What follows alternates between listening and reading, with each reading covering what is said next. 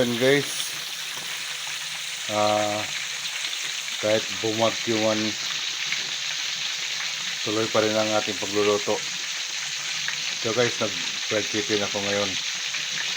So, walang kuryente, gas lang ang ginamit ko, pati yung sinaing, pati yung initan. Ayan, meron akong portable na ilaw. Ayun, tsaga-tsaga lang tayo. Ayan guys, makita mo guys, oh. Ayun,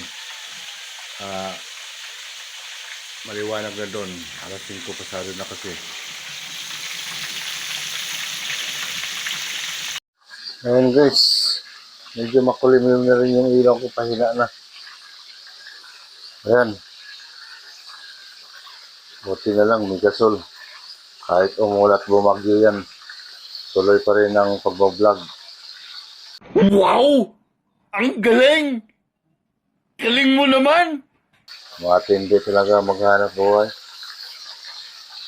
Yan guys, isinain ko, paluto na. Pero yung may tubig ko, ayun, tulo na. Sige, salin ko na sa thermos. Ayan guys, pangalawang salang ko na to. Ayan, 6 na piraso lang naman yan eh. Ayan. Update ko na lang kayo kung ano. Ito na yung isa. Mahirap talaga pag walang ilaw. A few moments later. Ayun na guys. Natapos na rin. Ayan.